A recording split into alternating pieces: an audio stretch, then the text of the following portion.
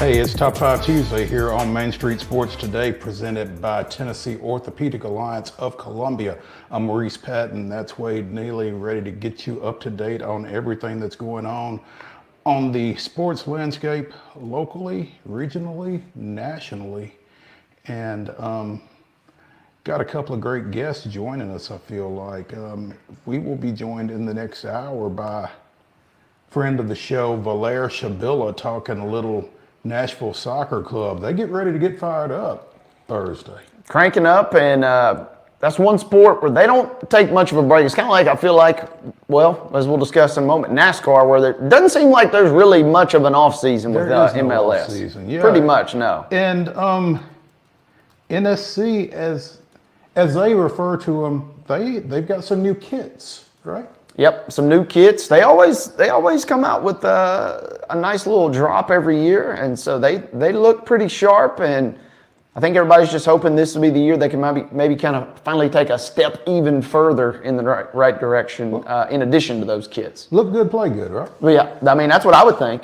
They've certainly got one part of that down. They played reasonably well as well. Just it'd be nice if we could maybe creep a little further this year. So, but excited to talk with VALAIR. He always is very thorough and gets us up to speed on what's going on with NSC. Well, he's very thorough, and he presents it in ways that novices such as myself can understand. So we always appreciate when VALAIR stops through. Here in the next segment, we will be joined by the Blue Raider voice, Chip Walters, who will be on the road, actually. So we'll see what type of reception there is between Murfreesboro and Jacksonville, Alabama. That's always a bit of a tricky situation. But should we expect anything less from Chip to be on the move? Last week he was at the baseball press box. You know, he's always on the go. Always moving. It's tough to hit a moving target, but we will try to do so around 225, and hopefully we won't be plagued by iffy-wiffy, as we refer to it. Also, some college football playoff news that we will be touching on. We've got top 25 polls in men's and women's basketball, and there was an interesting end to a game last night that we're going to take a look at. Well, maybe not literally take a look at, but we're going to touch on that as well. And again, it's Top 5 Tuesday. Wade and I will be giving you our top 5 crime drama TV series. So that was prompted by a conversation that I was involved in on Facebook. You know, we struggle sometimes to come up with top 5s, and so that's like, you know, this could be good. Sometimes they just present themselves to us. There you go. And so social media coming through for us, clutch. Every little bit helps. Absolutely. Wade, what's been up this Tuesday?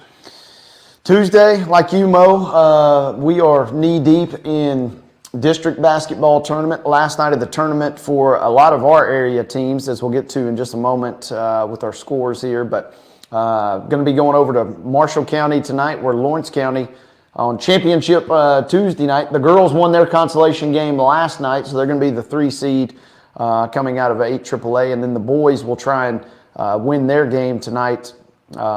Should be a couple nice set of games. Murfreesboro Central Magnet's going to be their opponent, and they've been on a roll, including a win in the last week of the regular season versus Lawrence County. So it should be 2 good showdowns. That'll be your main event tonight. And regardless, both Lawrence County and Murfreesboro Central are assured of home court for the quarterfinals of the Region 4 3A tournament. So they're just kind of playing for seeding at this point. But yeah, should be interesting over at Lewisburg. Yeah, over in the Berg tonight, and then we get a little bit of a rest.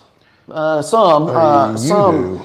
Yeah, I know. I hesitated to say that, but a couple down days for at least our area teams, and then, like you said, we crank right back up on Friday with girls region play, and then Saturday the boys tip it off, and then it feels like, yes, you know, the district tournaments are important, but it really kind of doesn't feel like postseason begins until you get to the region, in my opinion. It really doesn't. For the, you know, we've got a 4-team district in our area.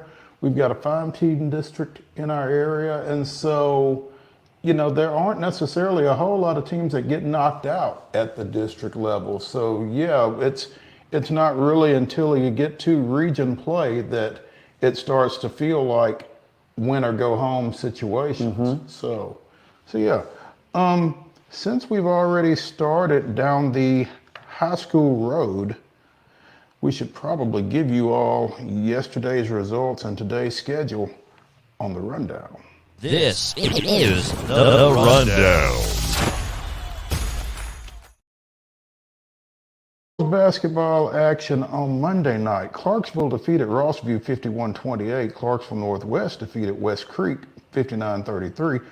Shelbyville in double overtime defeated Columbia Central 63-58. That was in the consolation game of District 9 4A. Cookville with a 51-36 win over Lebanon. Richland edged Cornersville 38-36 in the championship game of the District 10 1A tournament. Green Hill with a 42-24 win over Gallatin. Hendersonville defeated Beach 44-40. It was Henry County 45, Dixon County 24. Jackson County with a 38-31 win over Watertown. Lawson defeated Hume Fogg 55-49. Lawrence County with a 48-32 win over Marshall County. Again, that was in the consolations of 8-3A. Nolensville in the 10-4A championship game surprised Page 40-38. White House down Portland 41-35. Santa Fe with a 29-26 win over Culleoka in the 10-1A consolations. It was Springfield 42, Kirkwood 24. Station Camp with a 60-48 win over Macon County. Wilson Central defeated Stewart's Creek 53-50. Tullahoma in the 8-3A finals defeated Murfreesboro Central 54-41. Westmoreland with a 44-37 win over Trousdale County, and Liberty Creek defeated White House Heritage 58-43. We dive into the schedule now for tonight. We do have a couple of ladies contests. These will all begin at 6 p.m. Whites Creek will take on East Nashville tonight. St. Benedict will entertain Harpeth Hall, and then it'll be Easel Harding traveling to the Kings Academy. A couple more that start at 7 o'clock. Lausanne is at Providence Christian, and it'll be Franklin Road Academy at Silverdale Academy. Boys basketball, really kind of the meat of our schedule tonight. Most of these games, if not all, just for a handful, going to begin earlier tonight at 6 p.m. Springfield will take on Clarksville. Dixon County travels to Clarksville Northwest. Culleoka and Cornersville will get it on in the consolation game of their district tournament. Beach takes on Gallatin at 6 p.m. MLK will take on Glencliff, and then Portland will travel to Greenbrier. Wilson Central will take on Lebanon tonight. Trousdale County versus Liberty Creek. Franklin at Ravenwood, again at 6 p.m. Now we get into the 7 o'clock, and a lot of these games, Mo, end up being your championship games for district play. At 7 p.m., Station Camp versus White House, 7:15. I love a 7:15 start. Who doesn't? It's Kirkwood versus Rossview, and then Kenwood versus West Creek. Again, both of those come your way at 7:15. Columbia is at Coffee County tonight in a game. You could probably see Mo Patton strolling the sidelines this evening. Spoiler alert there. Yeah, that's a 7:30 start. I'm trying to sneak in, man. A little late. We'll let you sneak in there later in the evening, that is. Laverne versus Cookville also set for 7:30. Whites Creek taking on East Nashville. Green Hill will meet Hendersonville on the hardwood. Lawson will take on Hume Fogg. Brentwood versus Independence. The game I'm going to tonight is Murfreesboro Central Magnet versus Lawrence County. That should be a big one. Another big one tonight is Richland versus Santa Fe, as the 10A rubber match between those two teams that split the regular season. A couple more, last one I should say, in terms of high school action, Westmoreland taking on White House Heritage here tonight. And then, Mo, we got a few men's college basketball games tonight as Freed Hardeman travels to Fisk. That game is set for 5. Tennessee travels to Missouri in a game that can be seen on SEC Network. That comes your way at 6 o'clock. And the Preds are out in Vegas tonight. Late start on Valley Sports. They get underway. Puck drop set for 9 p.m. out in the desert there. That's your rundown.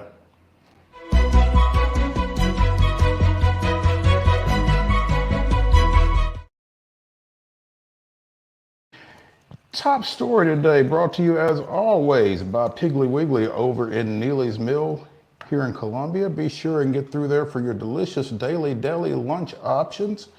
We've got a great meat and 3 set up over there. Also, your hand-cut meats and everything is cost plus 10% at the register. So again, Piggly Wiggly, Neely's Mill, Columbia, your top story sponsor. Daytona 500, a day late. Finally got run yesterday evening, I guess. Yesterday afternoon, last night. And William Byron, under caution, wins it. Barely getting ahead of Hendricks Motorsports teammate Alex Bowman for the victory there. I don't know that Byron was necessarily expected to be the winner, but probably should have been because he's had a lot of success here over the last couple of years. Yeah, good win for him, and we saw it yet again. You know, this obviously comes really as no shock to any racing fans, I guess, but we saw the big one, and it does kind of stink, I guess, for the casual fan that not only was the race delayed by a day with the weather, but also then you end kind of in that anticlimactic, for lack of a better term, even though the crash obviously was the scene. But Byron wins it, you know, in that situation, in that manner. Kind of takes a little bit of the luster out, but yeah, you're exactly right. He's done well, and coming away with the big win for Hendrick Motorsports, and doing it in style, even as we said, it was a day late and under not the cleanest of finishes, I guess, shall we say. Yeah, and a tough finish for, you know, Main Street Sports Today favorite Trackhouse Sports, as Ross Chastain got caught up in that wreck at the end that took out, what, 3 folks? 6? Took a few folks out late, didn't it? Yeah, close to double digits. Oh. And as it kind of unfolds, it's kind of interesting that you can pretty much set your watch by this, that there's always going to be just a crazy crash, usually right near the finish. And Heather always kind of, and everybody kind of knows it's coming, and then you get toward the end of the race and you're like, oh, we haven't really had the big one yet. We made it. We made it right here to the end, and then boom, you can just almost set your watch by it. We caught it right there at the tail end yesterday. Byron with the win, again finishing ahead of Alex Bowman. Christopher Bell was third. Corey LaJoy with the number 4 finish. Bubba Wallace with a top 5 finish. AJ Allmendinger, John Hunter Nemechek, Eric Jones, Noah Gregson, and Chase Briscoe round out your top 10 there. Any thoughts on, you know, past Byron? Anybody that you were surprised by? Anybody you were disappointed by? I know you're a little bit more of a NASCAR follower than I am. Yeah, you know, so I did not get to watch the race yesterday. When they moved it to Monday, that kind of threw a monkey wrench in my plans, unfortunately. But we obviously got to give a shout out for Barry, who finishes, you know, Josh Berry finishing 25th. Yes, the Taylor Swift connection was not. It did not pan out as if we had hoped. Successful. Yeah. Did you sprinkle a little on him? You know, I'd be remiss if I didn't. We went with Jawan Johnson during the Super Bowl, so I felt compelled to throw a little. I threw a little tiny flyer out there on him. Nothing to. Nothing was going to break you. Nothing going to break. You know, okay. I can still afford to go to Wendy's tonight in Lewisburg, at least. So that tells you kind of the extent there. But there you go. Pretty good race by and large. You know, it seemed like everybody had a good time, and like I said, just unfortunate that not only did we get delayed, but we kind of ended up with maybe you're not iconic kind of shootout type finish there, but.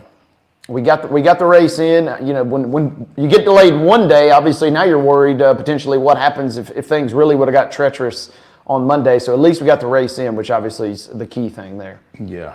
You know, Wade, this is a story that may deserve more attention than we're going to be able to give it here in the top story space. But Jeff Passan of ESPN has an article up on their website regarding MLB expansion.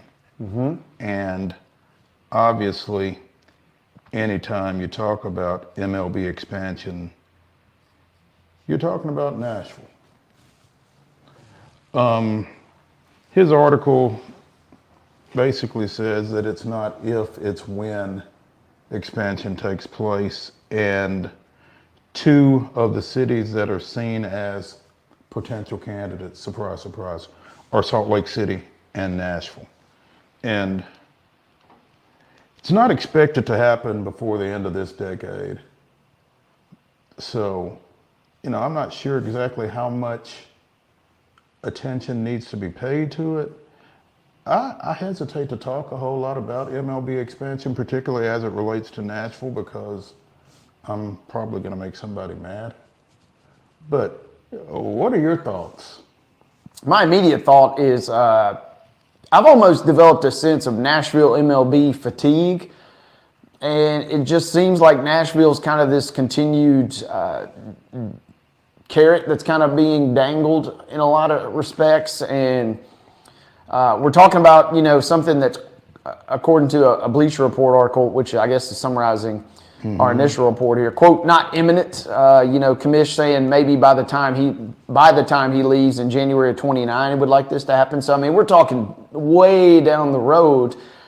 And I've always kind of landed, it would be cool just from a pure selfish and just local standpoint to be able to go and check things out. But in the grand scheme of things, I don't stand to financially really benefit. I'm not obviously looking at pursuing ownership, or I don't own a piece of land that we can build a ballpark on. So I'm kind of That's unfortunate. Yeah, I certainly would like to be in those discussions, but alas, I am not.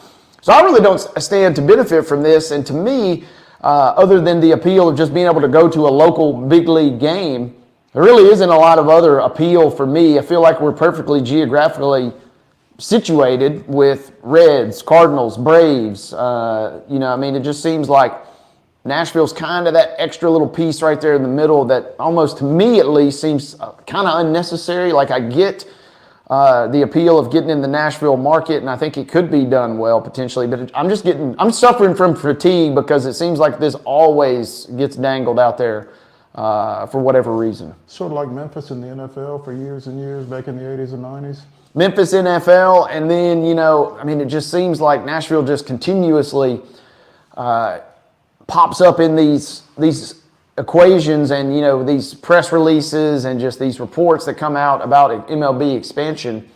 On the flip side of things, I think Salt Lake City could be kind of cool, in my opinion. If for nothing else, I'd like to see the offensive stats of potentially the ball flying out of the yard in the high altitude there. So, all things considered, Nashville kind of this doesn't really move the needle for me, I guess, where you ultimately would kind of say with this, especially when you're talking about something that may not even get put into place in earnest until the end of this decade almost.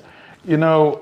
Salt Lake City is fascinating, particularly when, as Ronnie Carter of the TSSAA used to say, when you put the dots on the map, because there's a really big void between, say, Kansas City and Arizona on the West Coast, and Denver is the only major league team sitting in there. I guess they're the only team in the Mountain Time Zone, depending on what Arizona is on. But and so Salt Lake City is kind of fascinating, and as you mentioned, Nashville's sitting here in the middle of three National League, kind of strongholds. You can get to all three of those stadiums that you mentioned in 5 hours? Yeah. So it's tough to imagine. And my biggest concern, and I've said it before, I think the only thing that would be worse than having a major league franchise would be having a major league franchise and not being able to support it. 81 dates is a lot.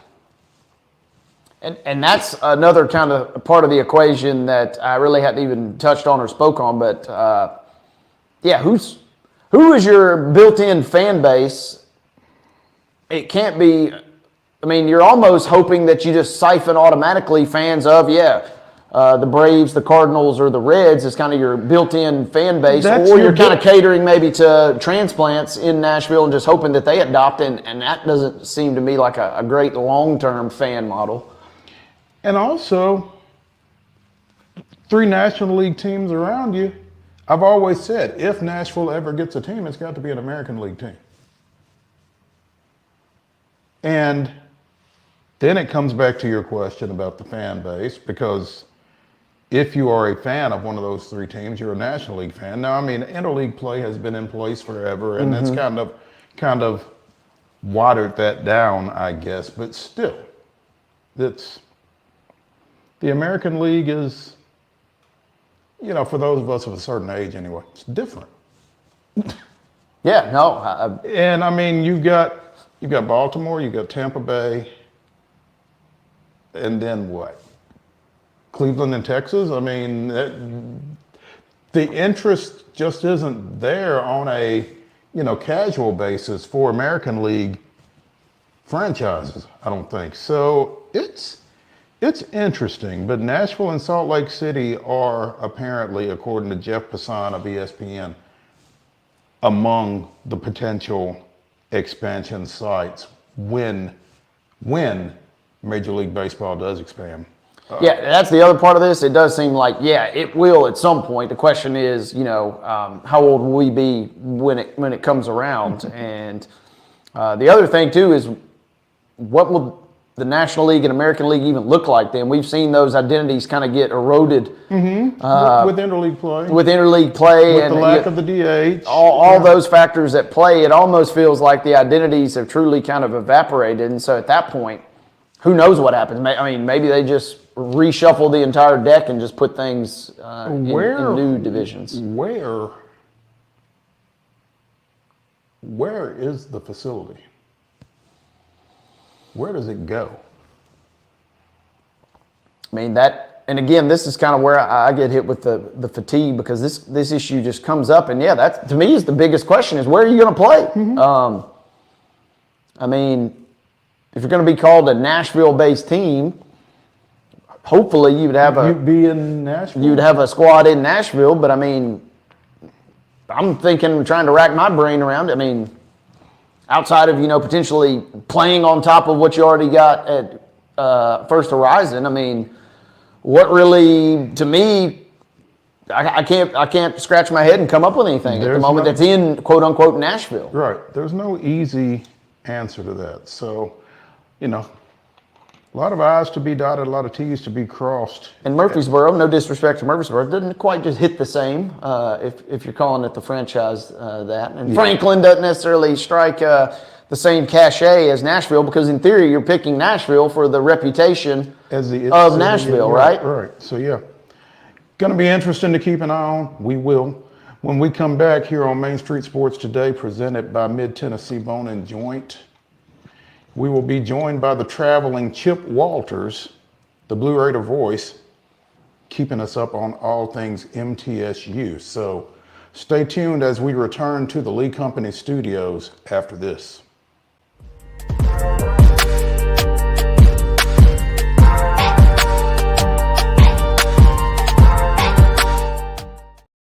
Mid-Tennessee Bone and Joint treats your orthopedic injuries and existing conditions. Our trained physicians will get you back in the game faster. Contact us at 931-381-2663 or www.mtbj.net. With Lee Company technology, the best handymen are hands-off. Lee Company techs have been using visual findings and other smart technology tools for years to add transparency and virtually take customers along. You see what we see, whether we're in a crawl space or on a roof. With Lee Company, technology helps us help you, no matter what's happening in the world or at your house. Jones & Lang Sporting Goods here in Columbia has been outfitting teams, officials, and anybody else from T-ball to college for 50 plus years. Be sure and check them out at 931-388-8060 or online at jonesandlang.com. Jones & Lang Sporting Goods, the look of a winner. Zion Christian Academy, zioneagles.org or 931-388-5731. You can schedule your appointment. Go tour their campus. It is beautiful over there, and you're definitely going to want to see it. Again, it's zioneagles.org. Give them a call, 931-388-5731, and schedule your tour today. Custom Stone Handler supplies over 600 distributors and suppliers with quality stone products. Along with River Stone, we produce and distribute over 100 building, landscape, and other bulk products. Our goal is to provide quality products, service, and partnerships to ensure our customers' success. We firmly believe that the measure of any person or company is how they treat other people and customers. Give them a call at 931-490-4990 or visit CustomStonehandlers.com. Your favorite wine tasting experience is back. The Hendersonville Rotary Club's Wine and Roses Fundraising Gala. Everything you loved and more. Saturday, March the 2nd. Prepare your taste buds for elegant wines, smooth whiskeys, craft beers, and exceptional food. Browse through the silent auction, all to benefit over 25 local charities, schools, and scholarships. Wine and Roses, Saturday, March the 2nd at Our Lady of the Lake Catholic Church, Hendersonville. HendersonvilleRotary.org. A game without a crowd is just a scrimmage. A performance without an audience is just a rehearsal. Without your presence, high school sports and the performing arts aren't possible. Ensure that these essential extracurricular activities continue to enrich the lives of students in Tennessee. Purchase a ticket to your local high school's game or performance. This message presented by the TSSAA.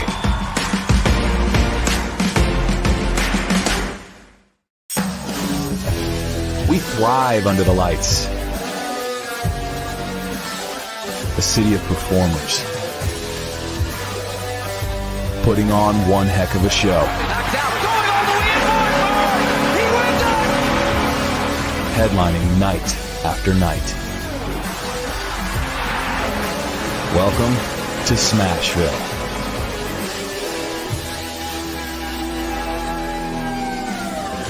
Mid-Tennessee Bone and Joint has been the official sports medicine provider for Murray County Schools for more than 40 years.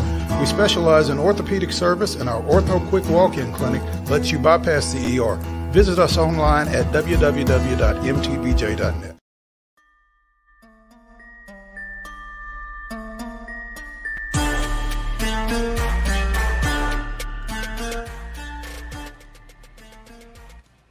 Welcome back to the Lee Company studio for the Top 5 Tuesday edition of Main Street Sports Today, presented by Tennessee Orthopedic Alliance of Columbia.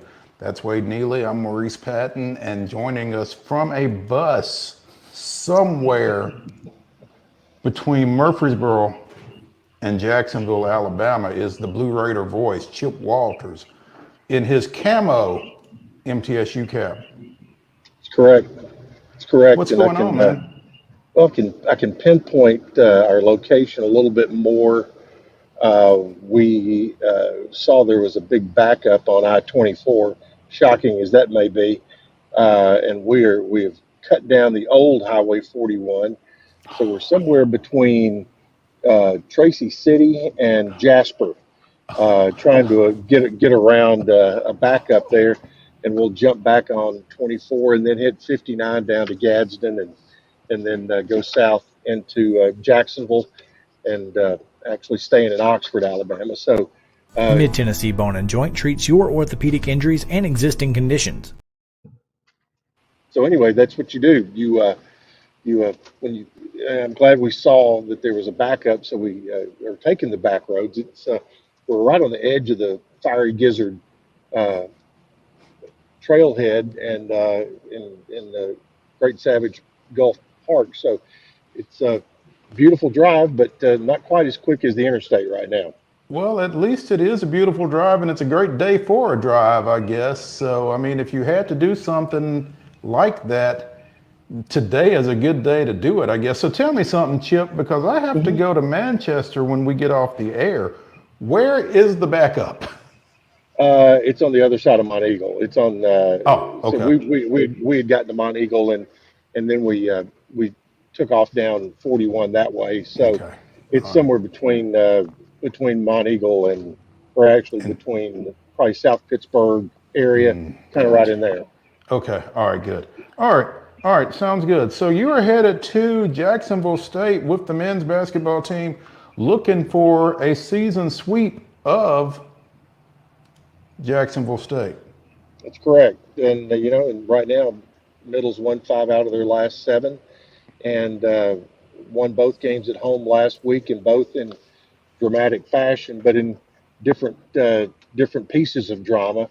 Against New Mexico State, came from 17 down to win in regulation, and then had one of the all-time great offensive performances by any Blue Raider on Saturday afternoon on into the evening, as Justin Porter set a Conference USA record of going 8 for 8 from three and scoring 41 points, which is in a 6-point double overtime win against UTEP. And one of the interesting notes, Mo, is that 41 points was tied for third best ever, and he tied Milton Dean, who you remember, that played for Dave Farrar back in the '90s. Well, Milton was at the game Saturday. It was Wow. it was Legends Weekend, and he was there to see his 41 point effort tied by Justin Porter. So I thought that was pretty cool. And JP he's player of the week, had a 67-point week last week, and and and he got that 41 points on Saturday on just 16 shots. And but when you go 8 for 8 from three, that helps your percentages.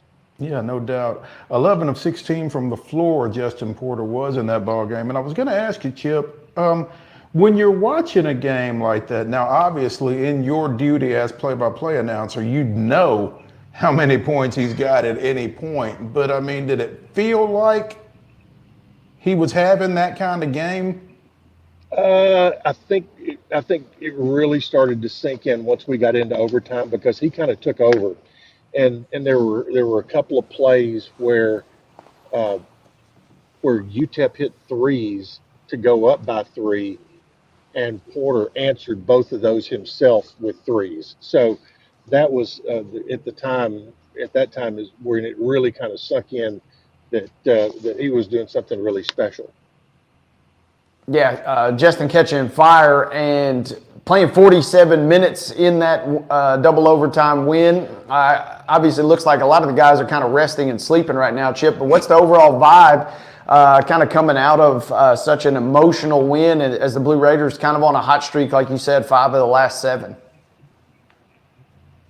It's kind of interesting, and I think this is a good thing is when these guys get on the bus, and you're right, they're trying to get some rest. They'll have a practice coming up tonight once we get to Jacksonville. But you can't, from day to day, when they get on the bus, they're pretty even keeled. You can't tell that they've won 5 out of their last 7, or if things aren't going well. They typically they are really good around each other, and they're a close knit group. But they're right now they're. It's funny, basketball players are like that, and football players as well. When it's hard to. I think us civilians get a little more jacked up. They're much better at staying on an even keel than we are. What's one thing in that matchup tomorrow night that you, after a pretty close win, but albeit a win for MTSU versus Jacksonville in the first go-around, what's 1 or 2 key things that you kind of are most anticipating or most excited about tomorrow? Well, I think, to see the continued good play of right now, Middle's getting a really good play from Justin Porter and also from Jared Coleman Jones. I mean, one of the things that's kind of lost in the wake of JP's 41 points was Jared Coleman Jones was 2 assists away from having a triple double. He had double figures in points and rebounds and had 8 assists, and I think that's one of the things that's been when Middle has been at their best over this streak that they've been on. It's been when they have been able to work their offense inside out and get good inside out passes from Coleman Jones. For when the ball goes into him, he's got to make a quick decision very, very quickly whether he's going to pass it, shoot it, or if he's going to drive it. And they talk about that a lot in practice, that decision needs to come within a half a second. And the other thing is they've been really doing a lot of work on getting the ball to guys in position to score. So making passes, not where they've got to go over here and make the catch and then kind of regroup themselves. Be more direct and be better with your passes to where they're, in a good position to shoot the ball. And I think the other part too is what I'm looking for is okay. Who's that next guy? Is Elias King has not had huge games here recently, but here's an opportunity for him to step back up and for this team to win its second in a row on the road after winning at FIU on the previous road trip. So, getting that next guy, that third, that fourth guy to have big nights offensively. That's where I think that's one of the things, and also to continue to take care of the basketball. That has been one of the key things all year long. That's been a telltale for this team for the most part. Is if they take care of it, they've got a shot to win. If they don't take care of it, it's hard to. I mean, your margin for error becomes very, very slim. You kind of stole my thunder there because that's where I was going to go next, Chip, is, when we talked about this team when it was struggling, turnovers were one of the bigger issues that they were having, and clearly they've, taken some steps to address that.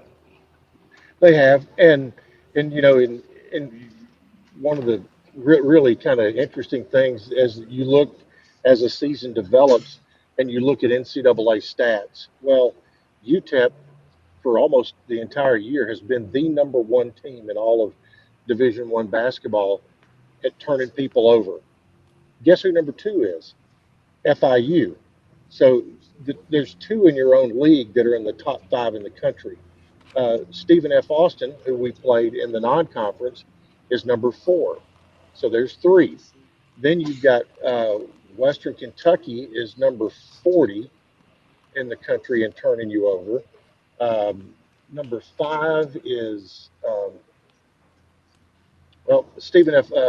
Sam Houston's right in there too. So there's 5 of the top 50 that fall in that group that Middle's had on their schedule. So that's one of you look at that and okay, it's kind of a chicken and egg. Okay, are they good? Are they really good in the turnover numbers because they played Middle, or has Middle's turnover numbers been a little higher than they wanted because they played some of the best teams that force turnovers in the country? So I mean, you could argue that a little bit, but they have gotten that under control to some degree, and I think that the guys understand that is an important thing for sure. The Blue Raider voice, Chip Walter, is joining us here on Main Street Sports Today, presented by Tennessee Orthopedic Alliance of Columbia. Chip, very few warts on the Lady Raiders at this point. 9-0 now in conference play? No, 11-0. 11-0. And they've won 11 straight. And they have their own Player of the Week, Savannah Wheeler, earning that honor from conference as well. So they're just Savannah Wheeler things, right? Pretty much. Yeah, I mean, it's they're going to name the award after her before this thing is over with. But they went on the road and broke open a close game at UTEP on Saturday, and Kyle and I were talking that that was that'll come back and help them.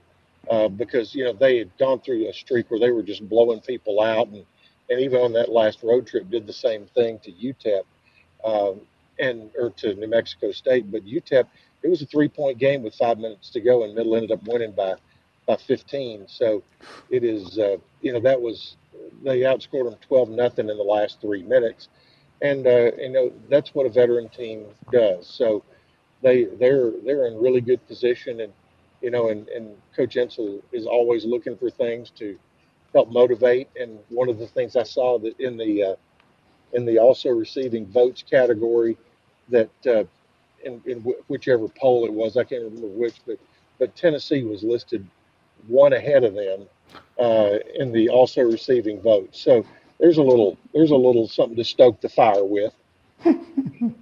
Stoke the fire, he will. In addition to men's and women's basketball this week, there's baseball, there's softball, there's track, indoor track up at Liberty this weekend, right? That was last weekend. They're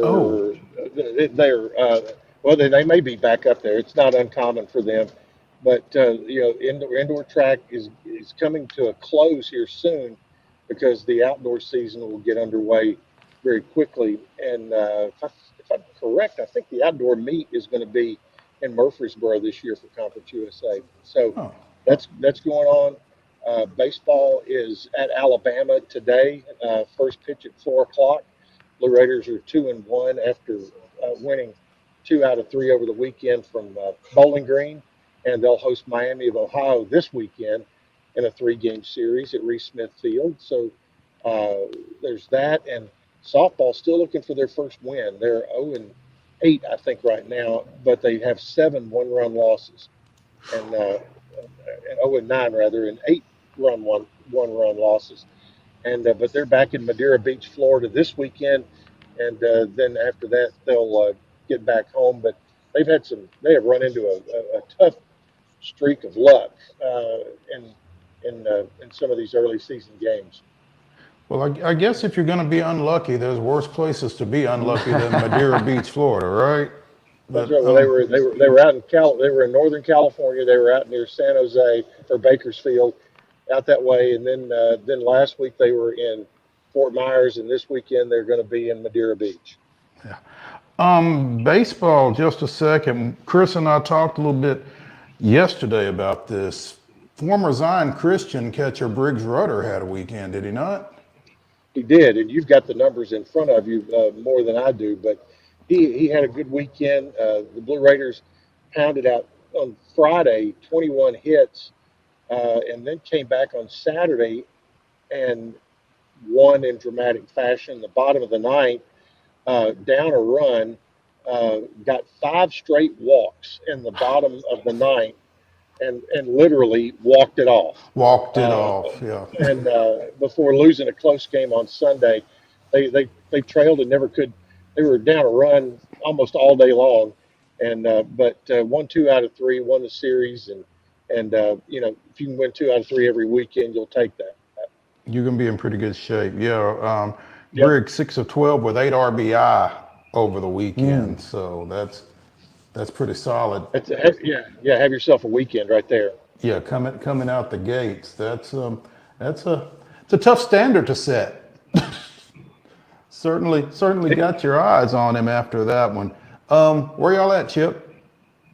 We are back on I-24, and we are about to cross some water here in just a minute before we get to Interstate 59. But things are moving. We got around the backup, and we're rolling. Yeah, it looks like you're moving a little bit more quickly now than you were, so we can, see the scenery moving behind you. But yeah, that's good. Chip Walters, the Blue Raider voice, joining us here on Main Street Sports today, as he does every Tuesday except when he doesn't. Appreciate you working with us on the time change today, Chip, and we will catch up with you next Tuesday. Good deal. We'll talk about it. All righty, that'll work. Thank you, Chip.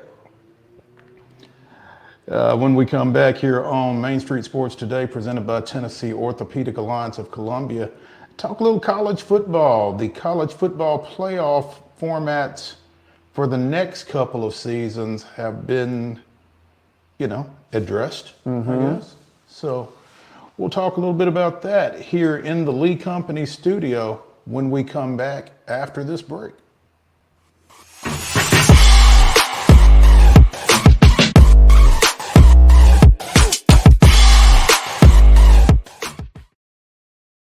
Mid-Tennessee Bone and Joint treats your orthopedic injuries and existing conditions. Our trained physicians will get you back in the game faster. Contact us at 931-381-2663 or www.mtbj.net.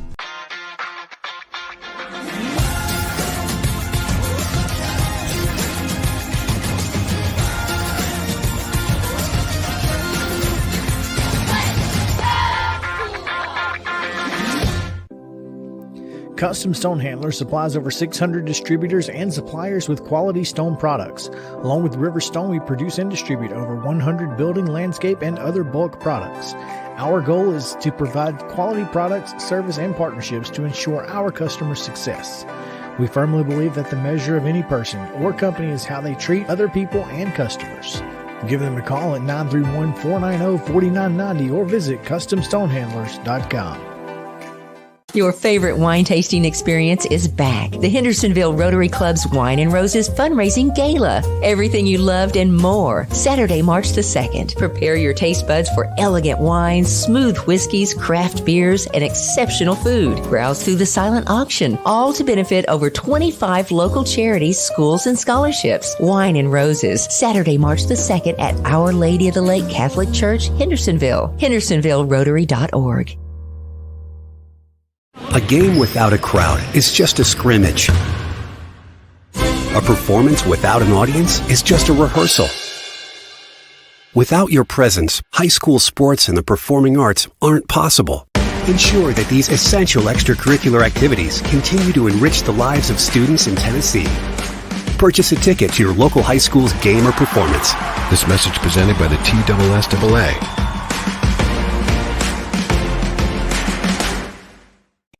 With Lee Company technology, the best handymen are hands-off. Lee Company techs have been using visual findings and other smart technology tools for years to add transparency and virtually take customers along. You see what we see, whether we're in a crawl space or on a roof.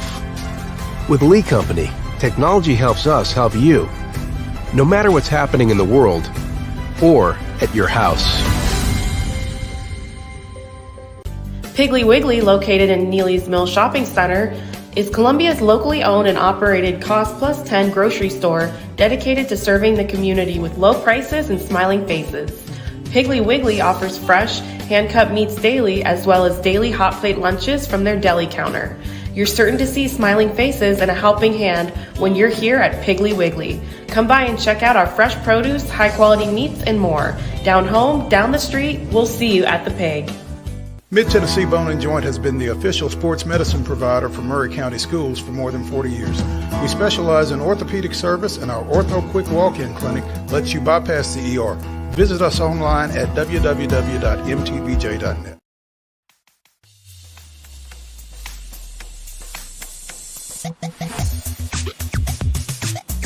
Top 5 Tuesday here on Main Street Sports Today, presented by the Tennessee Orthopedic Alliance of Columbia. And at the bottom, I guess our last segment, Wade and I will be giving you our top 5 crime drama TV shows. Stay with us. Book them. That's not a clue, is it? Never know.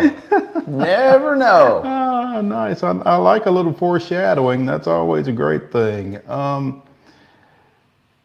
The college football playoff announced earlier today, I guess, that they have adjusted their 12-team format, the 12-team format that will be debuting at the end of this upcoming season. The CFP Board of Managers voted to reduce the number of automatic qualifiers from 6 to 5, thus creating an extra at-large bid. So the 5+7 model is what they will be playing with for the 2024 and the 2025 playoffs, which will take place in 2025 and 2026, but who's counting? So what that means is the top 5 ranked conference champions will get automatic bids. And then there will be 7 at-large selections. So let me get this straight. We haven't even debuted the 12-team playoff yet, and we're already changing it. That's well, okay. it was kind of necessitated by the implosion of that conference out on the West Coast that had been a Power 5 conference back when there was a Power 5. So it'll be very interesting to see how this shakes out, because the immediate thought that popped in my head is, for so long in the 80s and 90s, and then into the late 90s, we just kind of yearned and longed for. We just want to see the two best teams maybe play, and then that was not enough. We said, well, some years we don't get the two best teams. We'd like for the real teams to have a chance to play, and it just seems like we've vastly expedited how quickly we can kind of adapt on the fly, because it seemed like there were so many stops and hitches along the way. And now I love the kind of fluidity of this thing. Even though we're locking it in for a year or two, I like the fact that we're able to adjust and adapt. And I'm kind of pleased in a way where we're headed with this, because it just seems like back in, like I said, those olden days, as it were, it took so much. It literally almost at times took an act of Congress before we could kind of get things moving. And now it seems like we've kind of at least got things trending in the right direction, and they're kind of trying to tweak this thing as quick as we can to make it a little bit more responsive. Correct. And for that, at least I like, because I think this is going to be a lot of fun going forward with this full 12-team field. So under this model, Michigan, Washington, Texas, Alabama, and Florida State would have been your automatics in a 12-team playoff this past season. Georgia, Ohio State, Oregon, Missouri, Penn State, Ole Miss, and Oklahoma would have received the remaining 7. So the group of 5 got no love, I guess, in this model, because I thought there had been talk about the top-ranked group of 5 getting some consideration. And these are all, well, none of these are Power 5 programs. Oh, wait a minute. Did I misread? Oh, no. In a 6 and 6, then Liberty would have gotten in as the 6th highest ranked conference champion. Liberty was the Conference USA champion. They were ranked 23rd. So the 5-7 kind of apparently gets rid of that. Gets rid of that, and if you take it one step further, and this will be kind of how things shake out. Instead of complaining about who's the 5th team left out, now we'll be complaining kind of like we are on Selection Sunday with March Madness. Who's number 13, 14, 15, maybe even. The team that would be number 16 in this model that would get left out would be noted mid-major and small college program. Notre Dame would have been the team that would have been left out in this situation. And that's unfortunate. Yeah, the argument just kind of shifts is really all it does. And this year, obviously, I'm very interested to see how this first year obviously shakes out, just because of the newness factor, but also because I feel like this past college football season was almost just a crazy anomaly in the sense of just how things kind of shook out. And we mentioned Florida State, they'd be your 5 seed, so they would have gotten to host Oklahoma in the 5-12 matchup. And all talk about Florida State and kind of how they ended their season. You got to assume that if things played out the way they did versus Georgia, that Oklahoma at least would have had a pretty legit chance to go into Tallahassee 12, and go in the 12 and win that game. Yeah. It's interesting. Notre Dame, because of its status as an independent, they are aligned with the ACC, but they don't play a full ACC schedule. So Notre Dame can only, under this format, secure an at-large, and they have no way of securing a top 4 seed. So they will, if they make the 12-team playoff, they will play an opening round game. So best they can do is play in that first round. I guess the best they could do is end up 5th and host, which obviously is nice. And Notre Dame, of all the schools, would love to nothing more than to have everybody come to South Bend for a game. but you really kind of hurt your long-term chances by not getting that first round bye. And if you are a Notre Dame fan, that's obviously a horrible situation because, like I said, you're really just hampering your long-term chances of winning by not having that first round bye. And you don't even have a shot to get in to a top 4, as we're reading here. This, again, is for the next 2 seasons, so you're going to see these conversations either fire back up or continue for 2026 and beyond. And it sounds as if we may not be stopping at 12.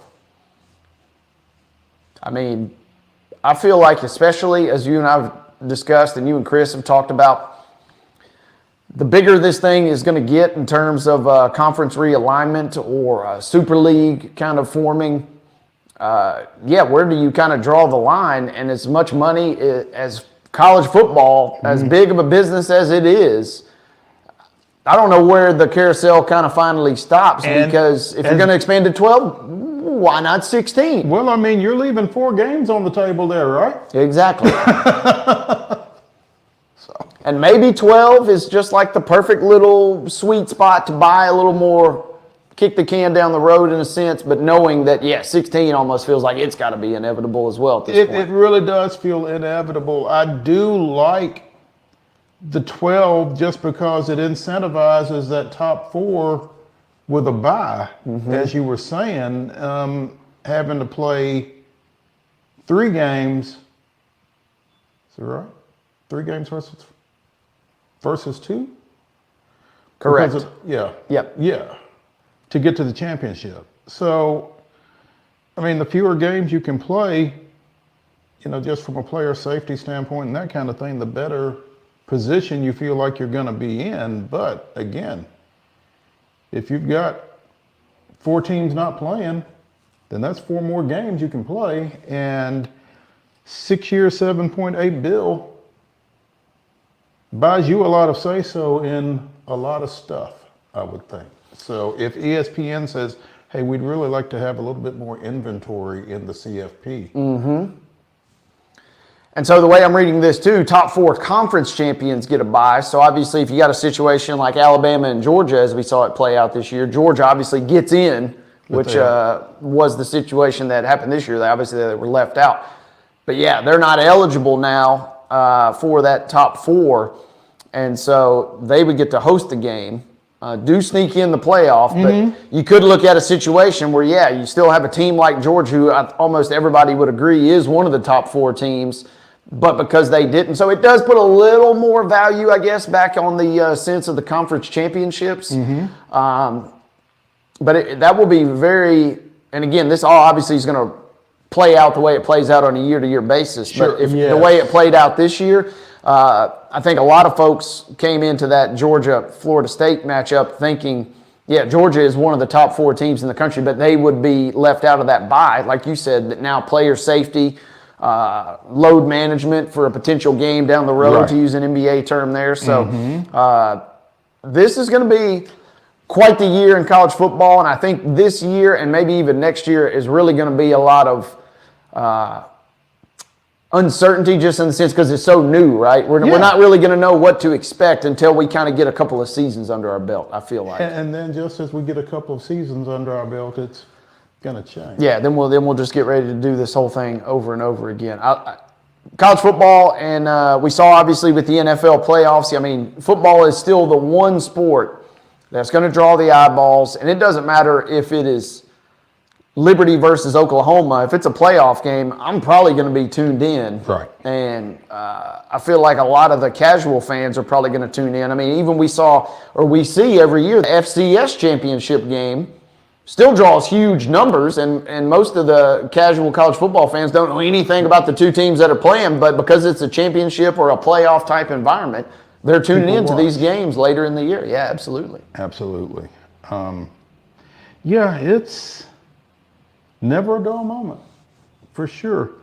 So, again, we'll be keeping an eye on that. When we come back here on Main Street Sports Today, presented by Tennessee Orthopedic Alliance of Columbia, we will be talking a little little footy, as they say. Different kind of The football. other football. The original football, right? With VALAIR SHABILLA talking Nashville Soccer Club. Come back to the Lee Company Studios with us when we come back from this break.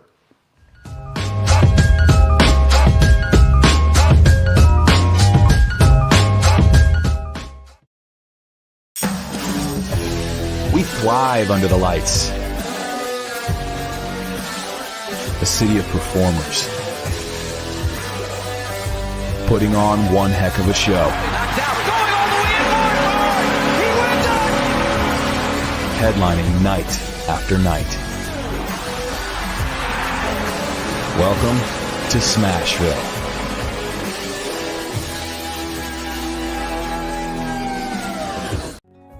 Since 1975, Mid-Tennessee Bone and Joint Clinic has treated the orthopedic needs of Middle Tennessee residents. The trained physicians provide surgical options and minimally invasive options to treat all orthopedic needs. The walk-in clinic, OrthoQuick, helps you bypass the ER while treating sports injuries and acute needs Monday through Saturday. Visit MTBJ online at mtbj.net or on social media at Mid-Tennessee Bone Joint Clinic. I'm Maurice Patton, and on Main Street Sports Today, we bring you the voices of your favorite teams from preps to pros.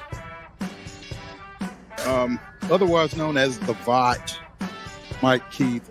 The bottom line is we can teach Will Levis woke.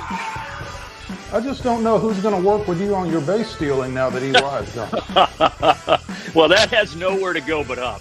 And I was just like, oh, guys, not again. Can we just bury that, burn that footage, and not bring it back? No. No. Thank you. We'll keep it going past the All-Star break, and looking forward to seeing how the rest of the season plays out. There's always a good story to tell.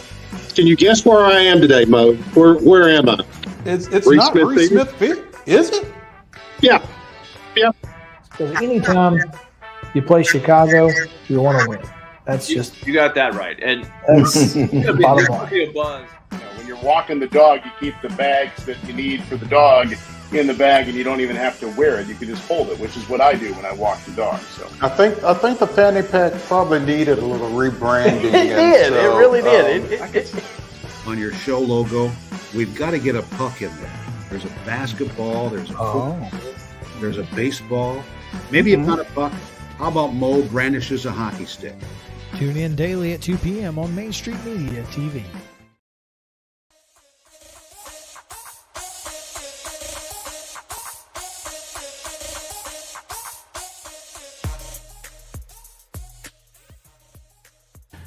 Welcome back to the second hour here on Top 5 Tuesday, Main Street Sports Today, presented by Tennessee Orthopedic Alliance of Columbia.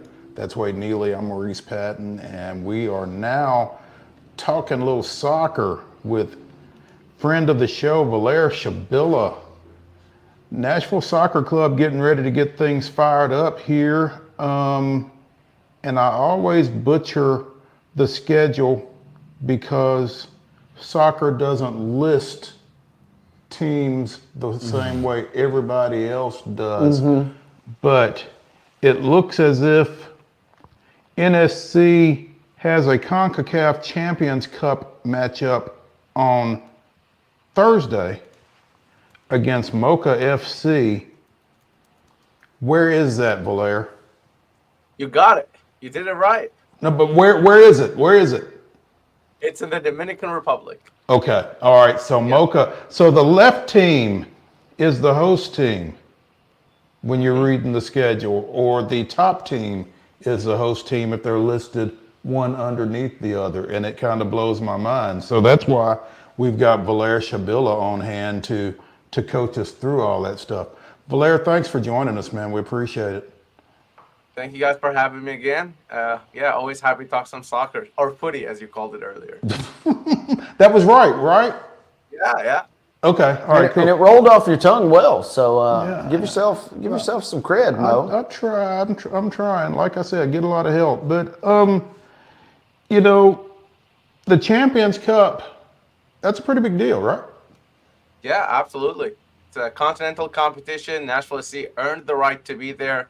because of their Leagues Cup finish. So if you remember last summer, they played Inter Miami, or Inter Messi, as some folks would like to call it, in the final of the Leagues Cup. And making the final earns you an automatic bid into the Champions Cup. Now, another thing that differentiates soccer, other than just listing schedules differently, is that these tournaments happen on continental basis. They happen on obviously domestic basis, and then continental basis, and then it goes into world stage, right? So currently the CONCACAF Champions League is the continental competition, the highest continental competition in the region. If Nashville SC were to win that, or even make it to the top 2 or 3, they will either qualify automatically or through some other matches into the Club World Cup, which is a very big deal, of course, especially for especially for MLS teams. There's been only one MLS team who has won the CONCACAF Champions Cup in its current format, and that's the Seattle Sounders back in 2021. So before that, there's been a couple MLS winners, but it was a different format. It was pretty much like a weekend tournament in LA that they won. So it doesn't really. They still earn, DC and LA still earned those cups, but it's a little different than the current format, which Seattle remains to be the only MLS team who have won it. Okay. So Nashville opens the 24th season in the Dominican Republic against the Mocha Football Club. Is that accurate? This is the start of the season for them?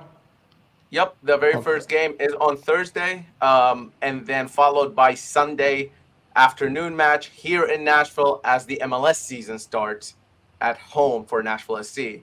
I will be at both matches, actually, so I'm flying out to the DR tomorrow. Oh, nice. It's in the city of Santiago in the DR, and Mocha is actually, because the team has a smaller stadium, they are playing their home match at Cibao Stadium, which is in Santiago, so it's the bigger city. They're pretty much the suburbs of Santiago, Mocha is. So this is biggest game in pretty much their history. So for Mocha FC, and depending on who you talk to, it might be the biggest game for Nashville's history as well, just because of the competition they're playing in. Yeah, this is their first run into the CONCACAF Champions Cup in VALAIR. With the MLS season beginning in earnest on Sunday, how does Nashville approach Thursday's match? Sometimes, especially these early round games, you kind of see a little bit of a training squad almost, or a B or C squad. And what's Nashville? Obviously, a win is the goal, but what else would Nashville like to get out of this match on Thursday? I think the biggest thing is making sure you don't push anybody too hard too early. Nashville have signed a good amount of players this season coming into this season. Like I said, the travel is going to be part of this as well. So you're traveling down to the DR. By no means should this not be a Nashville win. I think everybody around this organization is looking at this match as something that they should win. If they didn't end up winning it, it's not a big deal as long as they don't lose it, because they have the opportunity to play Mocha again at home on Thursday following that Sunday match in MLS. On Wednesday at home. So you have a chance to bring Mocha to your house and kind of take points before on them then. I would say best case scenario is Nashville gets a win, of course. If they tie, it's not the worst case scenario because they have that home match. In terms of the squad, you're probably looking for a more of a hybrid starting lineup and some maybe backups. They also have a couple players coming back from injury, like famously Walker Zimmerman, who is a USMNT player, captain of the club, as well as Dan Lovett. Those are two big pieces in the defense. Gary Smith seems, based on what he was saying to the media, it doesn't seem like they will start this match, but there's a chance they kind of get in a little later, get some minutes under their belt for that home opener, which is against the New York Red Bulls, who are known for their style of just running you down. They just press you until you are very, very much exhausted and take advantage of that. So it's a bit of an unfortunate thing for Nashville to be opening their season against the Red Bull after flying to the DR a few days before. But like I said, they are going in as the heavy favorites against Mocha here. Yeah, is this a matchup where you see a guy like Hani Mukhtar get a substantial amount of minutes, even though it is kind of your first match, obviously, versus on paper inferior opponent? I would say he will get on the field even if Gary Smith and Nashville don't want him to, because he's one of those guys who wants to play every single minute. Gary Smith has over and over talked about how Hani, even in matches where Nashville's up 3-0 or 4-0, for example, the Minnesota match in the Leagues Cup, Hani wanted to stay on all 90 minutes. He's not a guy who pulls back or pulls his punches. So I would assume he's going to start the match, honestly, just based on what we've seen in preseason. He might get pulled over around the 60th minute, maybe even at halftime, depending on the score. Obviously, if Nashville is up 2-3-0 at halftime, I mean, I know Hani wants to play, but I think Gary would have a word with him on, hey, let's reserve this energy for the Red Bulls match coming up. And then as we shift to Sunday, obviously a massive match to kickstart your season versus Red Bulls, like you just mentioned a moment ago. Coming into this season, you know, and you kind of read some chatter on the internet about a potential hot seat situation for Gary Smith. And how much stock do you put into that? And I guess maybe more flatly, what are kind of some reasonable expectations, and how do you kind of see the MLS season as a whole kind of unfolding? Yeah, let's start off with the hot seat one, actually. And I would say that it's probably less hot than folks make it out to be. The front office has been very, very much adamant that Gary Smith is their guy. I don't see much changes there. Now, obviously, this is sports, and you guys know it more than anyone, is that if you start losing matches, you start dropping these points, and you don't know, you might be off. One thing we've noticed from this Nashville team is that their floor is pretty high. Even when their ceiling is not high, their floor is pretty high. They've made the playoffs every single season they've been in the league. They have competed more so, a good amount in the playoffs. Even their losses in the playoffs, they've been 1-0 losses pretty much the last 2 seasons. So honestly speaking, I don't see Gary Smith going anywhere as long as that floor continues to be high, and I don't have any reason to believe that floor isn't that high coming into the season.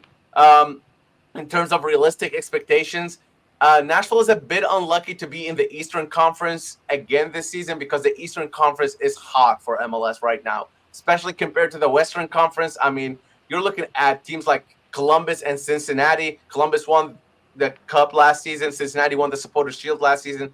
Atlanta have one of the best guys in this in the league there, who's probably going to be sold in the summer, in Thiago Almada. And of course, Miami with Messi and co in there.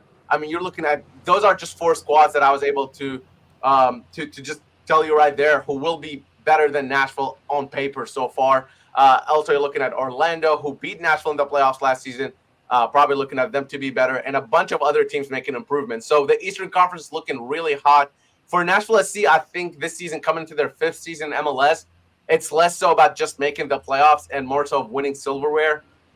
We don't know where the Open Cup and where that situation is going to be, but you have Leagues Cup, you have CONCACAF Champions League, and of course you have the playoffs going into MLS. So I think they're going to be competing for those competitions. And I think in terms of realistic expectation, probably you're looking for them to finish in a playoff spot in the East, but maybe not hosting, so maybe not the top 4 spots in the East. So I have them in my rankings around 6th or 7th, really. That's kind of the spot. But again, I think the emphasis here is going to be on the cup competitions and trying to get some silverware into the club. They were obviously very, very close. I was at that match when Miami came to town last year, losing in painstaking fashion. And so next question, kind of along those same lines, is what moves did Nashville make in this offseason that kind of got you excited enough to have them thinking, playoffs, even though in a very talented Eastern Conference this season? Well, let's start off with a move they made last summer, right? So they signed Sam Surridge for almost a club record fee, over $6 million from Nottingham Forest from the Premier League. So Sam Surridge is a player who flourished in the Leagues Cup for Nashville SC, but when MLS season started back up and they lost that final, it seems like he took a step back. But to be honest, the entire team took a step back, and they went into a losing streak and a drawing streak, and they weren't able to find the net. So I would start off with somebody who maybe they didn't sign this year, but they signed halfway through last year, who was Sam Surridge. And then going into this year, a signing that I'm really, really excited to see what he's able to do is Tyler Boyd. I know he sounds like the wide receiver in Cincinnati, but this is a different guy, believe it or not. He plays soccer, and he's played in Turkey. He's played in New Zealand.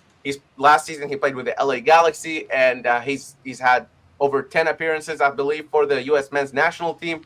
So this is a baller. This guy is a baller. But most importantly, what I'm excited to see is for him to be able to play into this Nashville system. He's a winger, maybe even attacking midfielder.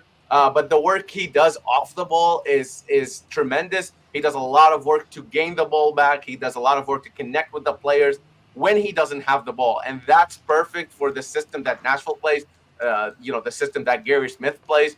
So I see him having a very successful season coming into 2024. And just a couple others. Drew Yearwood is coming in as well for a pretty good fee from the New York Red Bulls. He's supposed to kind of be in the midfield to take over for former first captain of the club, Dax McCarty, who departed. They don't play the same way, but they are supposed to do the same thing, which is move the ball from the defense up to the midfield onto the attack. And that's something that Nashville lacked a good bit. So those are the three big signings coming into the season. And they've made some other moves as well that I think will be effective, especially in attack.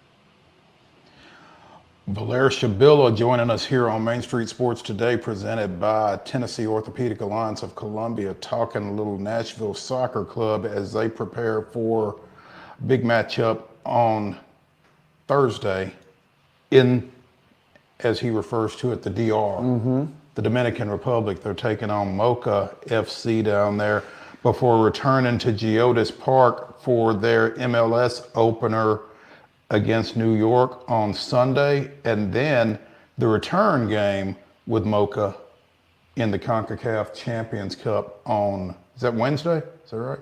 Wednesday, yep. That's Wednesday. So exciting times for NSC right now, and they will likely be outfitted in some new kits when they hit the pitch, right? Yep. They look at you getting all the terms right. The pitch, the kits. I mean, yeah, you're killing it.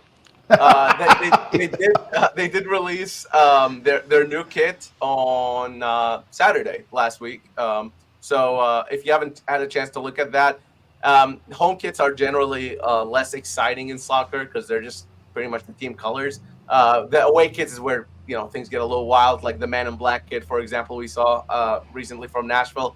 But I think it's a nice one. They gave me one, so I can't really complain. There you go. There you go. So you can't kick on it too much. That's interesting, VALAIR, that they saved their, I guess you want to make a good impression on the road, right?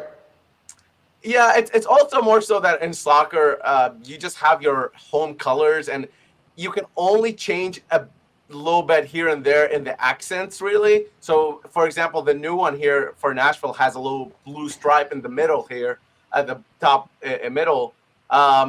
So that's a little different, but the kit in itself is still the same yellow or gold, as they call it.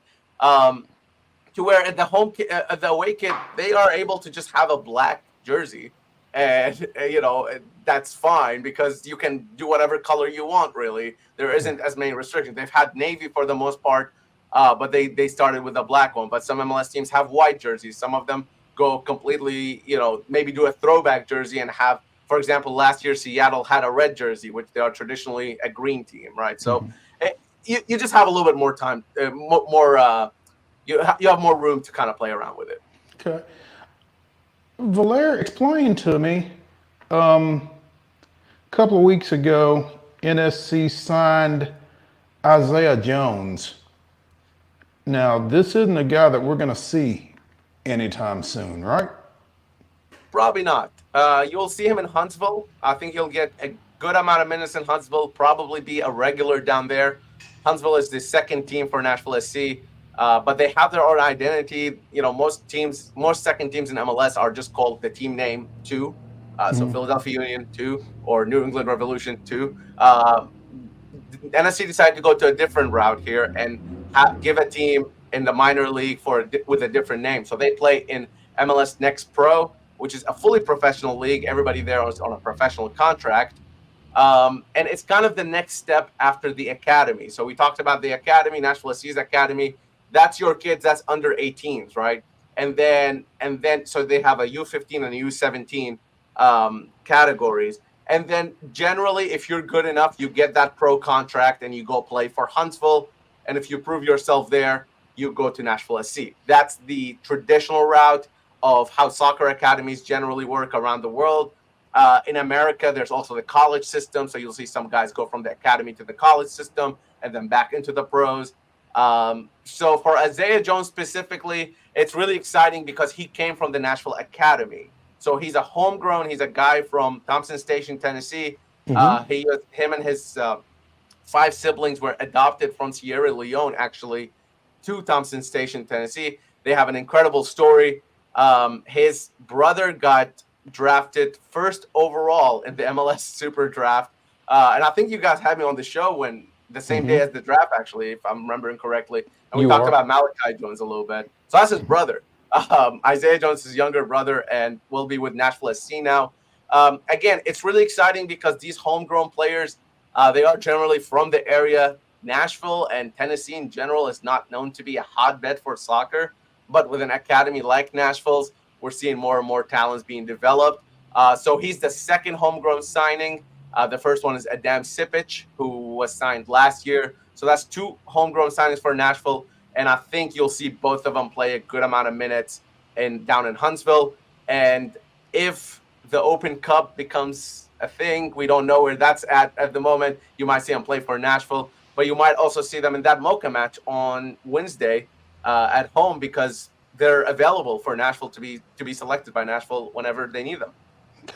And you mentioned Malachi Jones, Isaiah's older brother. Apparently, he signed last month with New York City FC, the 8th overall pick in the Super Draft out of Lipscomb. And so I guess he is on NYCFC. Yes, so he will be on their roster. Chances are he'll probably play for their second team, kind of like I was talking about Huntsville here.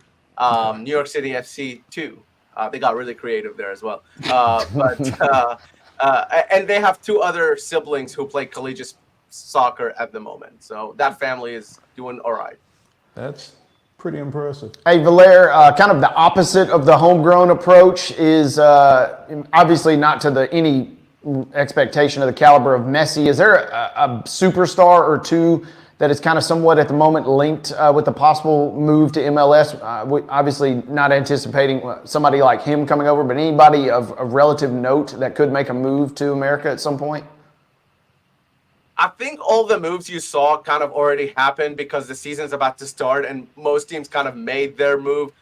You'll see probably 1 or 2 names that you might recognize from playing FIFA or whatever on, in the summer come through, which is when the European season ends. So a lot of times what you see is that in January window, European teams don't want to let go of their players because they still have half a season to go. So they don't run on the same schedule as MLS. In the summer window, you generally see the bigger names come through, kind of like Messi did, right? So, nothing big at the moment, but a guy like Luis Suarez down in Miami, he's already made his move. Emil Forsberg, who is a Swedish international, finalized his move last month to the New York Red Bulls. So those are 2 big names that came into the league.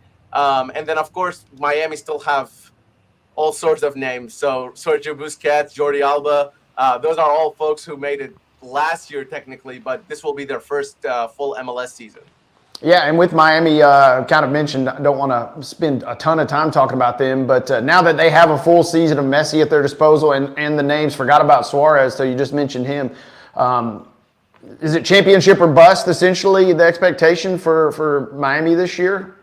It has to be. I don't. They have the best team in MLS history just based on having Messi on your team. I mean, there's no other measure I can do. So I would say that this is not even coming from me. I mean, if you hear what the players and the manager is saying, they know the expectation. They want to win trophies, and that's what they're going for. I think they're going to target the CONCACAF Champions Cup, pretty heavily because that gives you the most notoriety worldwide, right? Mm-hmm. They went on a world tour for their preseason. They played in Japan, they played in Hong Kong, they played in Saudi Arabia, they played in Argentina, and they played in El Salvador, I believe. So where preseason for Nashville SC was in Florida, for example. So that's the difference in sort of having Messi on your roster.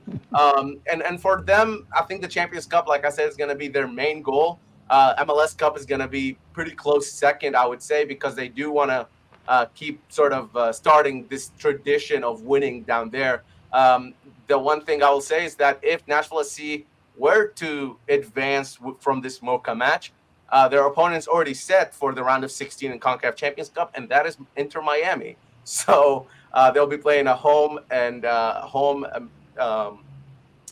series with Inter Miami if they were to advance from this Mocha matchup, which is, again, highly likely.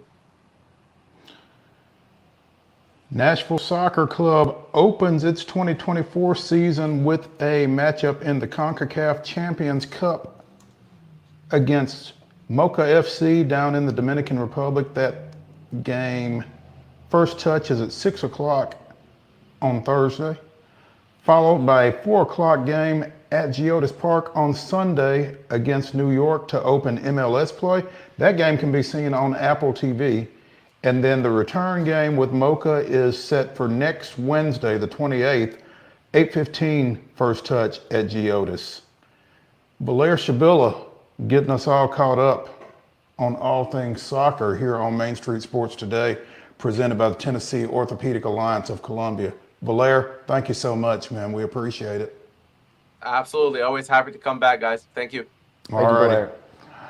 When we come back here on Main Street Sports Today in the Lee Company studios, we'll be talking a little hoops and a little tidbit. Unfortunately, Chip missed it, but we'll have a little bit more MTSU men's basketball to talk about when we come back here. Stay with us.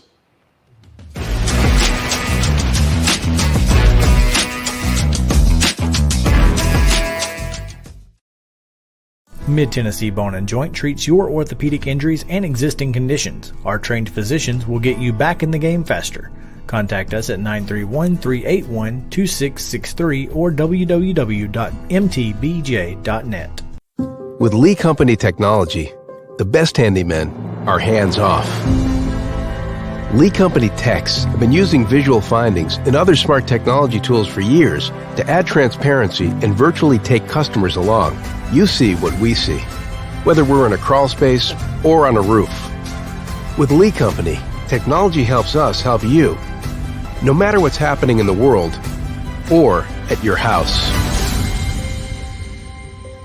Jones & Lang Sporting Goods here in Columbia has been outfitting teams, officials, and anybody else from T-ball to college for 50 plus years. Be sure and check them out at 931-388-8060 or online at jonesandlang.com. Jones & Lang Sporting Goods, the look of a winner. Zion Christian Academy, zioneagles.org or 931-388-5731. You can schedule your appointment. Go tour their campus. It is beautiful over there, and you're definitely going to want to see it. Again, it's zioneagles.org. Give them a call, 931-388-5731, and schedule your tour today.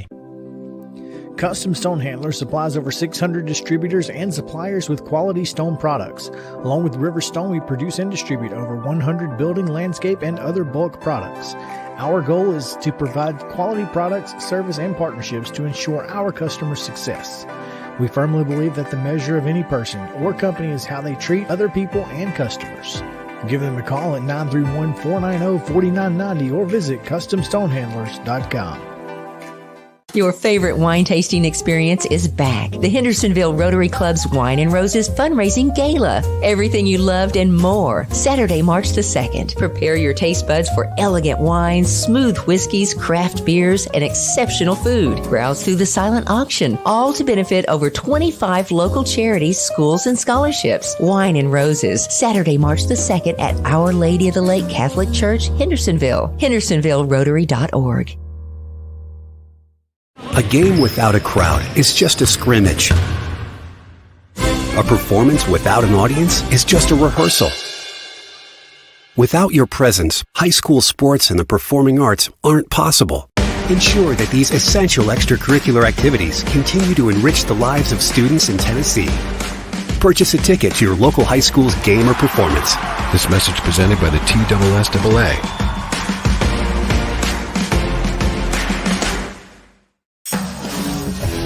We thrive under the lights. The city of performers. Putting on one heck of a show. Headlining night after night. Welcome to Smashville.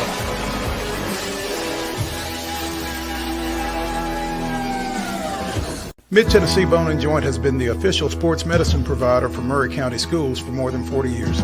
We specialize in orthopedic service, and our Ortho Quick Walk-In Clinic lets you bypass the ER. Visit us online at www.mtbj.net.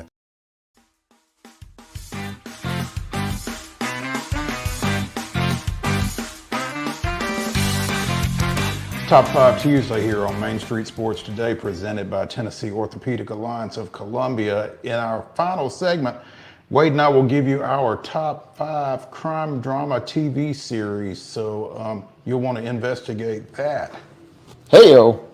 Right now, though, I'm going to talk a little college hoops and want to start it off by throwing it back to Chip Walters. He missed out on this, but checking my email as I am wont to do, the U.S. Basketball Writers Association weekly recognizes the Oscar Robertson Men's Basketball Player of the Year. Week. It's every week. They recognize 5 players nationally, and among those is Justin Porter. For all the reasons that we just discussed a little bit ago with Chip. Again, 41-point game, set a record for 3-pointers without a miss in Conference USA play, going 8 for 8. It was 11 of 16 for the game in that double overtime win over Texas El Paso, and also scored 26 points with 5 rebounds, 4 assists, and 0 turnovers in Thursday's win against New Mexico State. And hey, that 0 turnovers for a team that has turned it over a lot, as we discussed. That's the biggest takeaway of all. That's not to be overlooked. So again, Justin Porter, one of 5 USBWA Oscar Robertson National Basketball Players of the Week. And 2 of them are from Tennessee, because Jacob Cruz, a name that you've heard probably as we've gone through our Tennessee Sports Writers Players of the Week, was also recognized. The UT Martin kid averaged 30.5 points, 7 rebounds, and a steal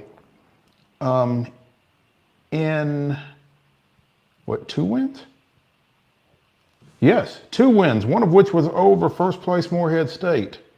So, 32-6 against Southern Indiana, and 29-8 against Morehead.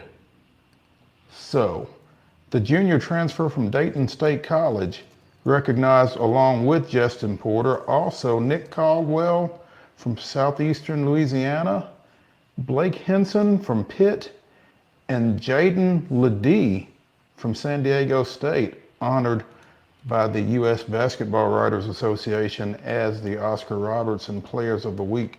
Congratulations to all of those guys, but particularly to Justin. So,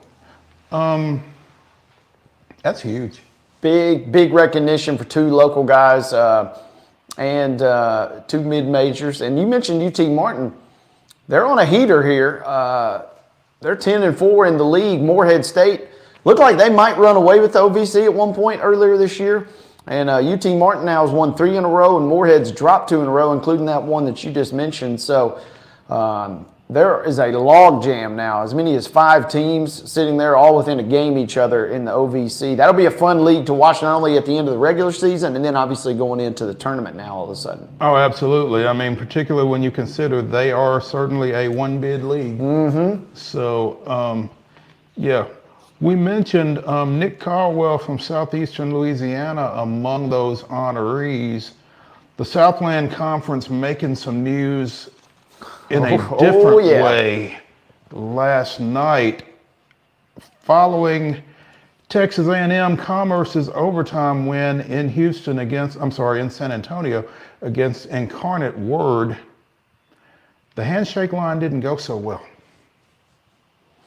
You know, usually in the handshake line, you think of pleasantries being exchanged. You know, good game, good to see you, we'll catch up with you soon.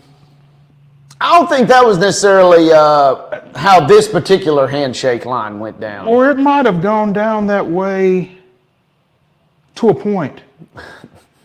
Because there is video showing players from both teams throwing punches and landing said punches near the scorer's table, and somehow it made its way across the court to the seating area. Apparently a young fan was hurt during this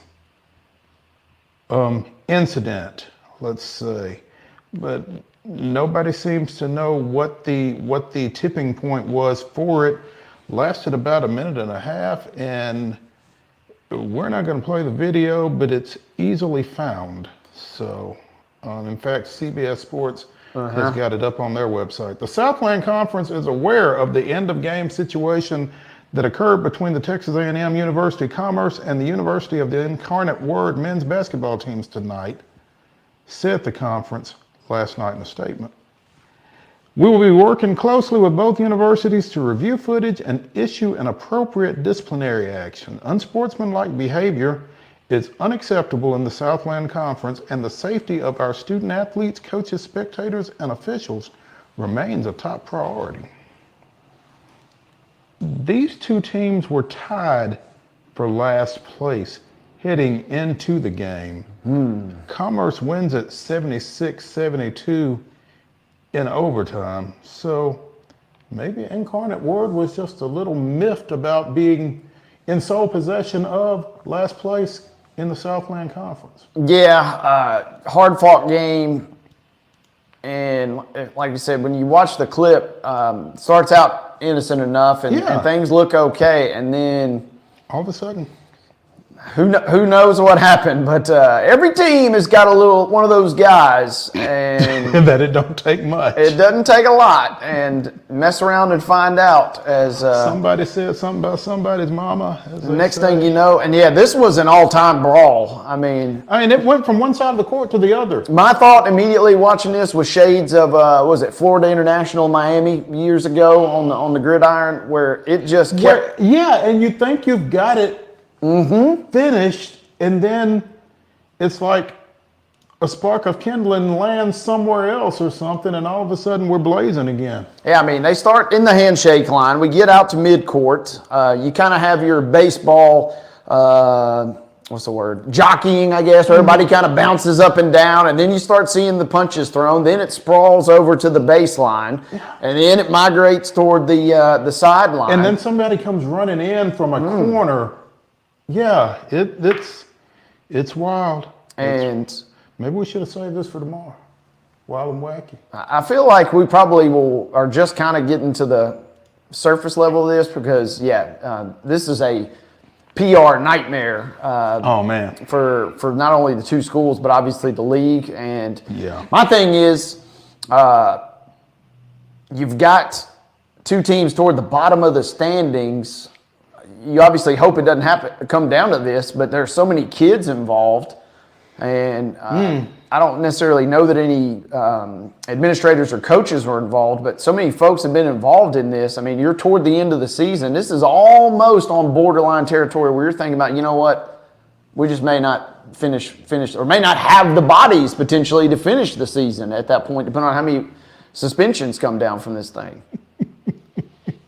But if you wanted to be talking about Incarnate Word and Texas A&M Commerce on national TV or national sports talk radio across the country today, that's a way to do it. There's usually a buzzer beater or some viral play or the alternative, and we got the alternative last night. We got the alternative, and you talk about, sanctions and how they might impact schedules and the like. This predates you, but your alma mater was involved in a dust-up with Tennessee Tech, and the late Blue Raider coach Bruce Stewart was given the option, because like you said, so many players were involved, given the option to stagger suspensions. No, we're going to take them all at one time, get it over with, forfeit a game. Did not make friends with Dan Beebe over that one, the Ohio Valley Conference Commissioner. So, but yeah, I mean, that's the type thing that you get into. As many players as there were involved in this, it'll be interesting to see how the Southland Conference meets out its punishment as far as that goes. The good news is, or bad news is, being at a major college basketball level, they're not like high school, obviously, or even NAI, where there's only 1 or 2 games left in the regular season. Still talking about maybe 3, 4, potentially even 5 games left. The thing is, it was so bad, we might be talking about 3, 4, or 5 games worth of suspensions for each player involved, potentially, especially when you factor in that there was a fan involvement. Right. And, I'm watching this with the audio off, but the play-by-play crew even kind of pointing out that there's blood on the court, potentially from a fan, and it is not a great look. UIW alone still has 5 regular season games remaining, including one Saturday at McNeese State, and I assume it's a similar schedule for Commerce. There is no recap on the UIW website just yet, just for the record. And as recovering PR man myself, no, I was just getting ready to ask you that. You have been that guy. Would you have a recap up? I'm going over the A&M Commerce. A recap. You're damned if you do, damned if you don't type situation. Because on one hand, you're thinking, I want to know about what happened in the game last night, but there's only one thing everybody wants to know about. Nobody the game. cares about how it got to overtime. Nope. Or how Commerce won it in overtime, or any of that. Nobody cares. We want, and if you're looking for clicks, you obviously cannot do this, but if you're looking for clicks and wanting your school to go viral, a statement was released, like you said, late last night from both the conference, and there was a joint statement released from the institutions themselves, and that's the headline story on Commerce's website. This will shock you, but it is a very brief statement that basically says, we apologize for the behavior conducted by our programs. It does not reflect the values of the universities, and basically they're now deferring to the conference. So it is not a good look. Like you said, easily found on the internet, but man, that was an ugly situation. Like I said, it kind of reminded me, and Commerce has a recap on the website, and well, they won. Yeah. So you at least got to shout out the win. We're not in last place anymore. There you go. They even have highlights embedded in their recap. No highlights like the ones we just watched a moment ago. I don't think that necessarily qualifies as a highlight. No, not mentioned on there, but crazy. There is a last statement that says that a joint statement between the two schools can be found. So at least one of those deals where you do got to put out something, because man, that was an ugly and scary situation last night. Yeah. Men's AP top 25, UConn, Houston, Purdue, Arizona, and Tennessee are your top 5. Very little change. Tennessee up 3 spots to number 5. But I don't think there's anybody new in the poll. Everybody that is. Ditto, I believe, on the women's side, as South Carolina continues to dominate and, play with their food, as Yao kind of mentioned yesterday. Top 6 spots are all the same as last week. South Carolina, Ohio State, Stanford, Iowa, Texas, and NC State. Southern Cal up 3 spots to number 7. And as Chip mentioned, Tennessee receiving 1 top 25 vote, Middle Tennessee State none. Never mind that night down in Huntsville back in early December. But anyway, top 5 crime drama TV series. I recognize that pose.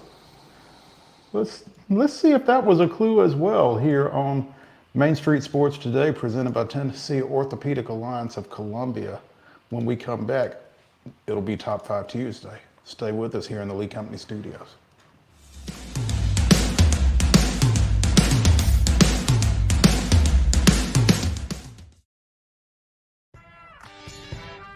I'm Maurice Patton, and on Main Street Sports Today, we bring you the voices of your favorite teams from preps to pros. Otherwise known as the VOT, Mike Keith. The bottom line is we can teach Will Levis woke. I just don't know who's going to work with you on your base stealing now that EY's gone. Well, that has nowhere to go but up. And I was just like, oh, guys, not again. Can we just bury that, burn that footage, and not bring it back? No. No. Thank you. We'll keep it going past the All-Star break, and looking forward to seeing how the rest of the season plays out. There's always a good story to tell. Can you guess where I am today, Mo? Where am I? It's not Reese Smith Field, is it? Yeah. Because anytime you play Chicago, you want to win. That's just you got that right, and that's the bottom line. Be a buzz. When you're walking the dog, you keep the bags that you need for the dog in the bag, and you don't even have to wear it. You can just hold it, which is what I do when I walk the dog. So I think the fanny pack probably needed a little rebranding. It did. It really did. On your show logo, we've got to get a puck in there. There's a basketball. There's a football, there's a baseball. Maybe it's not a puck. How about Mo brandishes a hockey stick? Tune in daily at 2 p.m. on Main Street Media TV.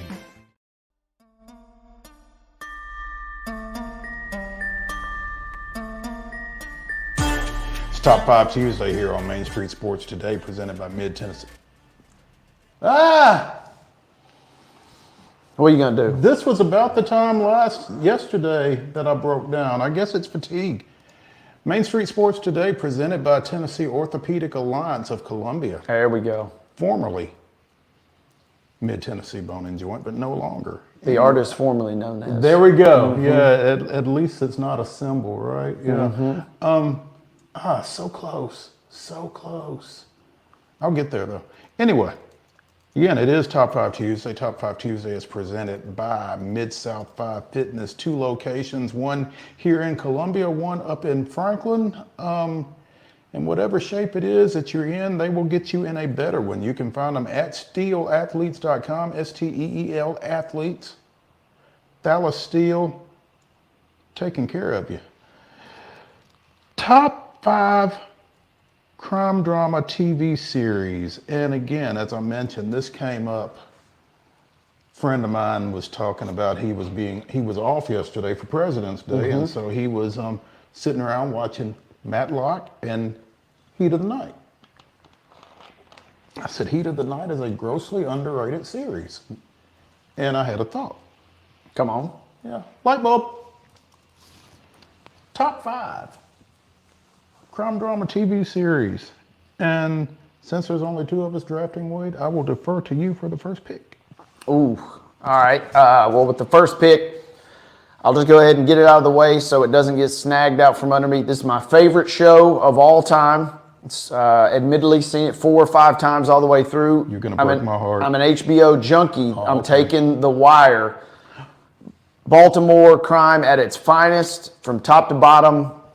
I'm actually maybe even due for a rewatch, so this might be, I'm sorry, Mary Austin, this might compel me to have a date with the couch coming up soon, because my all-time favorite show, and it's got to be on my list. There are other tremendous selections, but I'm going The Wire number 1. You know, I've never seen The Wire. Got to be on. Yeah, things and to I've do. got HBO. I've got to. I've got to address that. The only bad thing, but they've now rectified this with the streaming situation, is the show was released early 2000, so it was really kind of hard to watch from an HD standpoint. But they've kind of smoothed that over as best they can. Okay. Kind of like another show or two that could be on this list, but it's worth the investment for sure. Tremendous show. Okay. My number one, and I found this during the pandemic lockdown. It was a little aged then. Clearly it's more so now, but Justified. Raylan Gibbons is probably one of my all-time favorite characters in anything. I've only seen the first season for sure, maybe the second, but yeah, that is an epic show, and that could be back on the list too. Absolutely. You're number two? Number two, a crime drama, yes, just maybe not in a more serious tone that you would potentially think. Give me Brooklyn Nine-Nine. And admittedly, this is a show I've only seen just a couple of bits and pieces, but that's kind of why I like it too. It's one of those shows that you can kind of just pop in and out of. So a little, just to make sure everybody doesn't think I'm stone serious all the time, so we'll go Brooklyn Nine-Nine. Well, it kind of pushes the envelope on crime drama. Yeah, there is some drama, but just maybe not the kind that you potentially are thinking about. Okay. I'm going to stay in the Andre Braugher genre and go with Homicide: Life on the Streets, which was a drama and was a great show on NBC, and he was great in it, as he was in pretty much everything. Pretty much, yeah, top to bottom. That is one I've not seen, but I heard nothing but good things, so we're probably gonna have to make that happen. This one, this is a slight audible for me, but you mentioned the show earlier, and it kind of got my wheels turning, and my parents probably would be remiss if I didn't include, how about old school Perry Mason?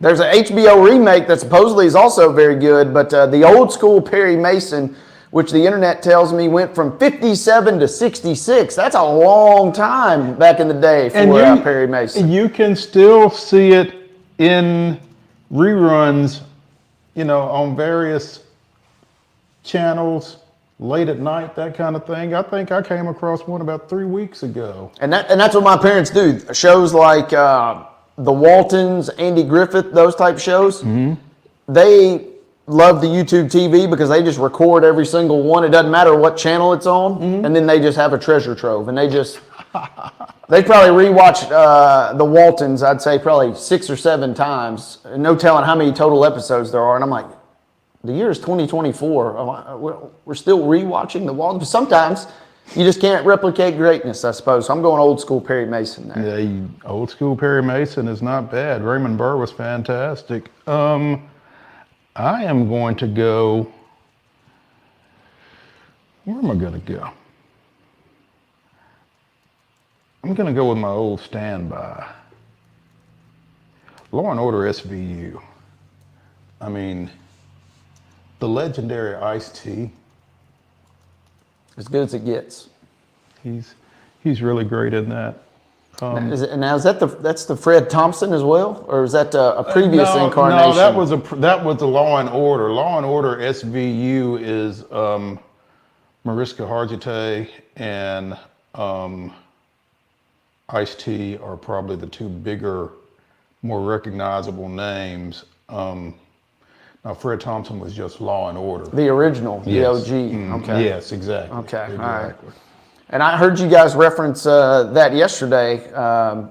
That's how little we were watching the All-Star game on Sunday. He said, I was catching up on Law There and was Order. actually a SVU marathon on some channel that I came across, and I wasn't budging from it for the NBA All-Star game with 397 points. Well, and that's how you know it's a good show, in the sense that there's usually always a rerun on. And it's one of those shows, like I said, you can just DVR it and just capture 1 million episodes at once. Absolutely. SVU, and in case you didn't know when the show was coming on, I feel like every Sunday during the late stages of the NFL games, they're always advertising it, so you at least know when the next episode is coming on. Absolutely. I feel like Jim Nance kind of keeps us up to date on that. I'm kind of going to continue my theme here of serious and funny, but this is a little darker funny. But Fargo, the TV series, is fantastic, and if you're into that kind of universe, it's not your traditional crime drama.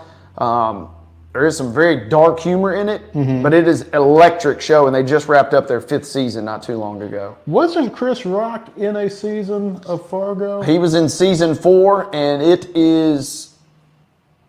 this tells you how good it is, because I would say it is, I would put it up against any other season of any other series, but it's maybe one of the in terms of power rankings of the show. Of Fargo? Of that show, yes. That's how not good. One of their better seasons. Not one of the better ones, but it is fantastic. And if you put it up against a different show, it would probably be much higher on that. But yes, season 4, Chris Rock, Kansas City, kind of 1950s-ish era kind of gangster, and he's fantastic in that role. Which you wouldn't normally associate Chris Rock potentially with, but yeah, he did a great job. Wow. My number 4, going back to my college days and soon thereafter, I guess, Crockett and Tubbs, Miami Vice. Yep. The Pastels. I mean, that's a look. Miami. Yeah, that's an iconic look that shows, and I mean, think about all the sports teams that have kind of mimicked the jerseys. How many sports teams have kind of stolen that scheme for a lot of their other promotional materials? That is a iconic look from an iconic show. Absolutely. Your number 5, Mr. Neely. Number 5 on the list. I'm torn, but there's only one last spot, and it's going to come down to 2 really good shows. But I got to go Breaking Bad. True Detective is right there on the cusp for me, but Breaking Bad is maybe one of the all-time other great television shows. And about a year or 2 ago, I went through a full rewatch of it, and it's just fantastic. Walter White, kind of one of the all-time just kind of crazy hero/villain kind of dilemmas, depending on your worldview, I suppose. And it's a phenomenal show. Season 4 of this one started Sunday, and I think I missed it watching SVU. But The Equalizer with Queen Latifah. It's a great show. I guess I'll have to go back and watch that because I clearly missed it. But yeah. Yeah, you got a chance to go back and catch up a little bit. Yeah, before Sunday's show. So yeah, we'll definitely do that when I'm not covering basketball this week. And when, pray tell, would that Thursday night? Okay, one night. Props for at least getting the one in, because we get through the district only to be rewarded with a slog of region games now. Region, and in D2, State X, and oh, by the way, we also got state wrestling this weekend at the Ag Expo up in Franklin. So plenty to keep us busy, but I think I will try to wedge the Equalizer in on Thursday night. So just enough on those shows sprinkled in just to keep us sane during an otherwise potentially insane period of our lives. Oh, without question. Yeah. So, yeah. Tomorrow here on Main Street Sports Today, we will be joined by Heather Williams, who should be recovered from Daytona, I would guess. And Joe Sullivan. We'll see what local college basketball development has disappointed him this week after Indiana State got Take your beat. pick. Yeah.